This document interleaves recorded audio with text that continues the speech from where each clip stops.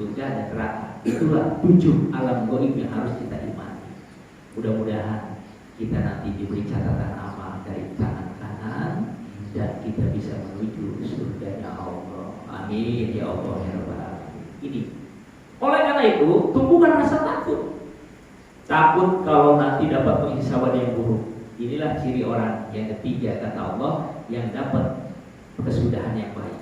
Kemudian di ayat kedua-duanya di sini dijelaskan di ayat kedua-dua yang keempat adalah walladzina sabaru ibtigha'a wajhi rabbihim. Ciri orang yang nanti di akhirat mendapatkan kesudahan yang baik yaitu orang yang ketika mencari ridho Allah, mengharapkan wajah Allah, dia selalu sabar. Indikatornya ada dalam di bawah. Habis sholat subuh rela nggak pulang dulu, sabar ingin dapat ridho Allah. Duduk sebentar, setengah jam di sini. Walaupun bermata lembut, tetap pahalanya gede Pak. Pahalanya besar Pak. Hadir seperti ini karena Allah ridho, malaikat ridho dengan hadirnya Bapak Ibu. Sampai dalam hadis katanya apa? Malaikat membentangkan sayapnya buat orang yang selalu menuntut ilmunya Allah. Itu ridhonya malaikat. Sabar kita kalau belum waktunya melakukan sesuatu yang nggak boleh, misalnya kita tahan kayak puasa, belum waktunya beduk kita tahan, sabar kita. Nah itu sabar kita nunggu waktu subuh, sabar kita dari rumah jalan jauh-jauh ke masjid, walaupun misalkan dingin luar biasa tadi jam 4 kita langkahkan kaki ke situ. Sabar kita duduk bersilaturahmi seperti ini, sabar. Nah itu. Dan bukan hanya itu saja, sabar juga untuk tidak berbuat maksiat, sabar. Karena kita tahan, padahal kesempatan maksiat ada, tapi dia nggak lakukan itu, sabar. Karena saya takut, karena saya ingin dapat ridho Allah, nggak saya lakukan itu. Sabar juga ketika kita diuji oleh Allah dengan berbagai kesulitan hidup. Jadi sabar ini, sabar dalam mencari wajah Allah, sabar juga dalam menerima musibah ujian Allah, dan sabar juga untuk tidak melanggar semua ketentuan Allah. Inilah ciri yang keempat orang yang nanti di akhirat dapat kesudahan yang baik. Yang kelima, wa aqamus shalah, dia mendirikan yang namanya ibadah sholat mutlak. Gak perlu kita jelaskan panjang lebar tentang sholat karena kita sudah yakin. Karena sejatinya orang Islam mendirikan ibadah yang namanya sholat. Setelah dia melakukan sholat dengan baik, dengan khusyuk, kemudian juga dia lakukan sholat itu ketepatan waktunya dengan baik, kemudian juga dia terjemahkan nilai-nilai sholat dalam kehidupan sehari-hari, kemudian sholat itu juga akan menjadikan dirinya terhindar dari perbuatan munkar dan perbuatan jelek. Yakinlah itu, Bapak Ibu, ketika kita jaga sholat kita yang 5 waktu yang wajib dengan baik, kata Rasul orang yang seperti itu wajib masuk surga, nggak boleh enggak. Masya Allah. Makanya orang kalau nggak sholat itu Masya Allah, bukan hanya dicap jelek, tapi ancamannya luar biasa.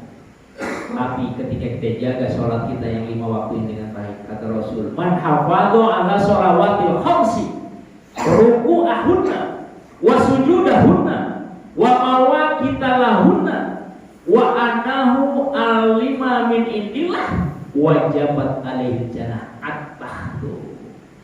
Siapa yang beriman kepada Allah, dia muslim sejati, menjalankan dan menjaga sholat yang 5 waktu dengan baik. Ketika sholat dia yakin ada rukuknya, ada sujudnya, ada tumaninahnya, Dia wajib waktu sholatnya dia tahu masuknya, dan dia yakin sholat itu langsung perintah Allah padanya.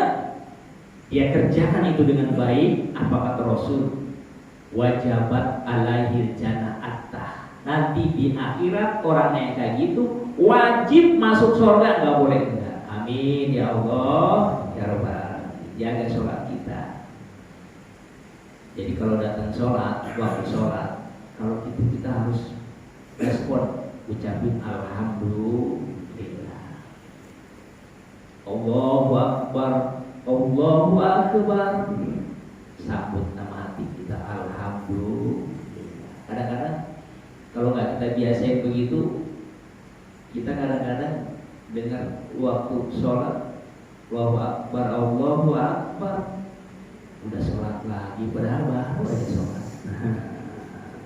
Ini kita harus tanya sama diri kita nih. Jadi jangan lagi kita ngedengar Allahu Akbar, alhamdulillah, karena waktu berdialog dengan Allah, hubungan vertikal dengan Allah itu udah datang lagi.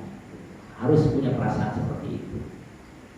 Ketika kita dengar hayya 'alal falah, hayya 'alas shalah, itu bayangin Allah lagi ngelambai-lambai kita tuh. Jadi segera kita langkahkan ke masjid. Siapa yang berwudu di rumah, perbaiki wudunya, lalu dia langkahkan kaki ke masjid, maka 2 langkah kakinya itu, 1 ngapusin dosa, 1 ngangkatin derajat. Ini bapak-bapak dapat pahala itu semua. Amin ya Allah ya Rabbal Alamin. Di rumahnya berwudu, bagusin wudunya, langkahkan kakinya. Itu sampai kita ke tempat ini tadi nih, Masya Allah, itu gugur dosa-dosa kita dan derajat kita angkat tuh.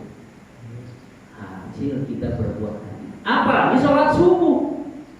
Kata Rasul, man shollal fajri fil jamaah faka'annama sholla lailatul. Siapa yang berangkat dari rumahnya dia sholat subuh berjamaah, maka seolah-olah dia sholat semalam suntuk. Masya Allah.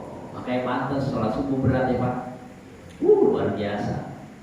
Allahu Akbar, Allahu Akbar. Kata setan, tarik selimut, subuh mantar setengah 6 belum bisa. Tapi bapak enggak tuh, lemparin selimutnya, saya mau berangkat ke masjid. Jadi makanya kata Al-Quran, ketika kita dimudahkan menjalankan perintah Allah dengan gampang, dengan enak, dengan mudah, itu berarti Bapak Ibu semua dapat hidayah. Al-Quran bicara. Jadi karena kita nanya sama hati kita kalau ngerjain amal baik yang perbuatan yang kita perintah Allah ini gampang, itu berarti kita dapat hidayah. Al-Quran yang bicara itu. Ketika kita tanya nih, kita enak nggak berangkat subuh dari rumah ke sini? Enak, semua jawabannya. Berarti itu Bapak Ibu dapat hidayah Allah. Amin ya Allah ya Rabbal Alamin. Lanjut Pak ya. Kemudian setelah itu wa'anfaqu mimma razaqnahum, yang keenam, orang yang selalu menafkahkan rezekinya sirra wa alaniyah, baik secara terang-terangan maupun juga secara sembunyi-sembunyi. Kemudian wayat yang ketujuh, wayat ro'u nabil hasanati sayiat, orang yang menukar perbuatan jeleknya dengan kebaikan.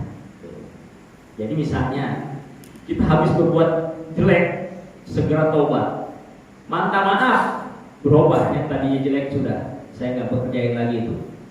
Kita buat yang baik sekarang, baik sekarang, baik sekarang. Nah, itu orang yang menukar kejelekan dengan kebaikan. Yang kemarin-kemarin mungkin jelek dilakukan, sekarang udah enggak, karena saya mengukur diri. Dan saya juga sudah merasa sekarang usia sudah berlanjut usia, sudah tidak mau lagi berbuat maksiat, tidak mau lagi berbuat jelek. Saya nyesal. Nah, dia beralih ke yang baik. Dia itulah orang-orang yang nanti mendapat kesudahan yang baik. Apa kata Allah dari 7 ini? Ulaika lahum uqbadar. Mereka itulah orang-orang yang mendapatkan kesudahan yang baik. Apa kesudahan yang baik itu? Dijelaskan di dalam surat 23-nya. Kata Allah, Jannatu adni yadkhulunaha wa man sholaha min abaihim wa azwajihim wa dzurriyyatihim wal malaikatu yadkhuluna 'alaihim min kulli bab, yaitu surga Aden yang mereka masuk di dalamnya bersama-sama dengan orang-orang yang saleh dari bapak-bapaknya, istrinya, dan anak cucunya, dan malaikat-malaikat masuk ke tempat-tempat mereka dari semua pintu. Ya Allah, berarti ciri orang yang mendapatkan surga Aden, kesudahan yang baik ini, orang-orang yang tadi disebutkan 7 kriteria itu. Mudah-mudahan Bapak Ibu termasuk kriteria yang 7 ada dalam diri kita semua. Amin. Ya Allah ya Rabbal Alamin, sehingga kita mendapatkan kesudahan yang baik, yaitu Jannatul Adni. Al-Fatihah. Bismillahirrahmanirrahim. Alhamdulillahirabbil alamin arrahmanir rahim maliki yaumiddin. Iyyaka na'budu wa iyyaka nasta'in ihdinas siratal mustaqim siratal ladzina an'amta 'alaihim ghairil maghdubi 'alaihim waladdallin. Amin. Mohon izin, saya belum bisa melanjutkan karena saya ada kegiatan di kediaman Panglima TNI. Jadi saya 30 menit saya cukup. Hari ini saya harus berangkat, dan mudah-mudahan pada kesempatan mendatang kita bisa bersilaturahmi kembali. Mudah-mudahan kita semua mendapatkan keberkahan dari Allah Subhanahu wa taala. Astagfirullahaladzim, astagfirullahaladzim, astagfirullahaladzim. Ya Allah ya Mahmud, Allahumma shalli wa sallim ala sayyidina Muhammadin fil awwalin wal akhirin wa sallim wa tabaraka wa ta'ala bi sahabati rasulillahi ajmain. Allahumma inna nas'aluka ilman nafi'an wa rizqan wasi'an wa shifaan min kulli da'in wa saqam bi rahmatika ya arhamar rahimin. Ya Allah, berkahilah langkah kami ke sini. Semoga langkah kami ke tempat ini, ke rumahmu ini, menjadi langkah yang dapat menggugurkan salah dan dosa kami ya Allah. Dan jadikan langkah kami menjadi langkah yang dapat mengangkat derajat kami ya Allah di hadapan-Mu di dunia sampai kelak nanti di akhirat. Dan semoga pulang dari sini langkah kami menjadi langkah yang mewasilahi kami semua nantinya di akhirat, dimudahkan mengetuk pintu surga ya Allah. Ampunkan dosa dan salah kami, dosa dan salah kedua orang tua kami, baik yang masih hidup maupun yang telah tiada. Kami yang masih hidup jadikan golongan orang saleh dan solehah. Dan ketika ajal menjemput kami nanti ya Allah, semoga Engkau izinkan kami semua dalam keadaan husnul khotimah. Rabbana atina fid dunya hasanah wa fil akhirati hasanah wa qina adzabannar. Walhamdulillahirabbil alamin. Saya izin lanjutkan dakwah lagi. Sebelum saya akhiri, saya izinkan berpantun yang terakhir. Burung irian, burung cendrawasih. Cantik. Cukup sekian ya, terima kasih. Assalamualaikum warahmatullahi wabarakatuh.